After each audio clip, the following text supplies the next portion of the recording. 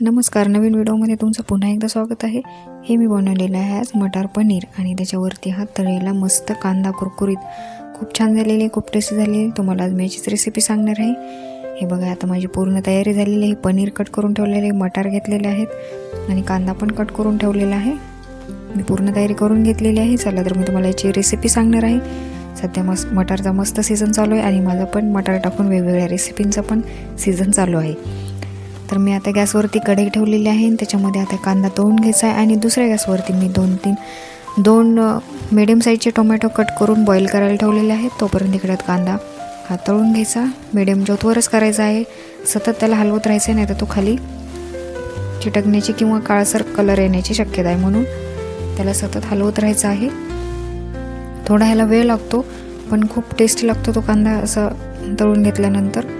आता हे बघा, थोडासा बाकी आहे, माझा होत आलेला आहे आता कांदा तळून।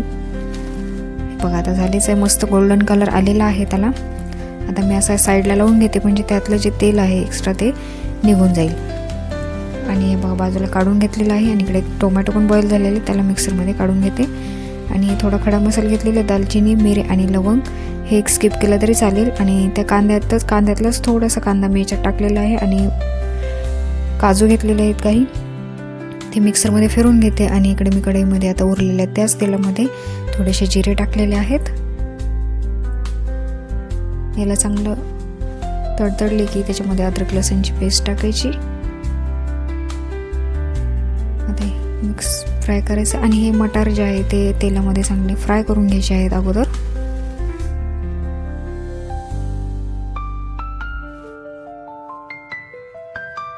आता याच्यामध्ये जे मिक्सरमध्ये जो मसाला आहे आपला टोमॅटो, काजू आणि खडे मसाला त्याचा तो टाकायचा आहे। याला चांगलं तेल सुटेपर्यंत फ्राय करायचं आहे।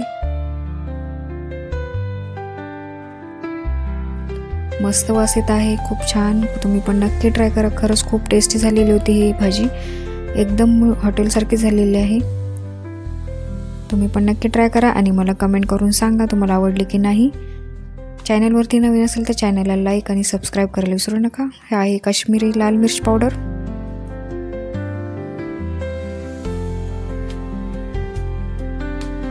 लाल तिखट,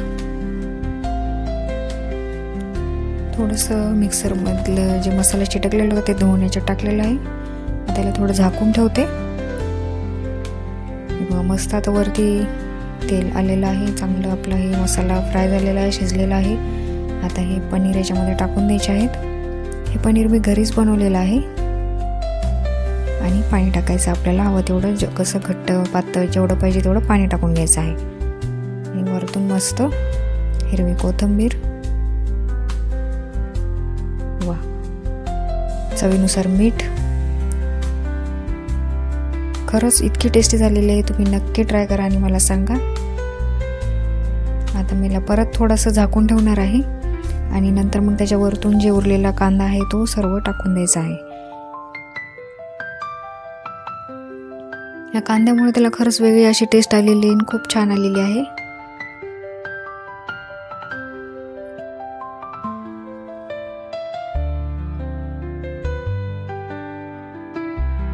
भाजी आता ही रेडी झालेली आहे, आपलं मटार पनीर।